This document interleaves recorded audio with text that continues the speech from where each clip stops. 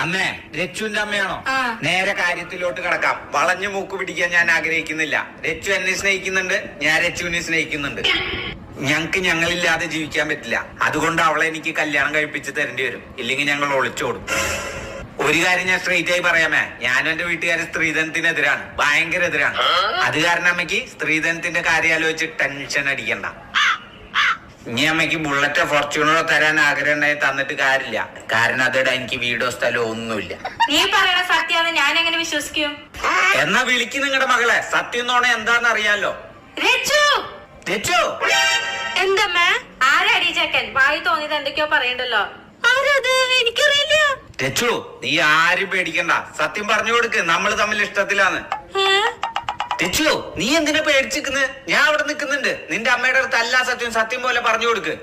അതിന് നീ ഏതാ? രച്ചു, നീ എന്നെ സ്നേഹിക്കുന്നില്ല രച്ചു?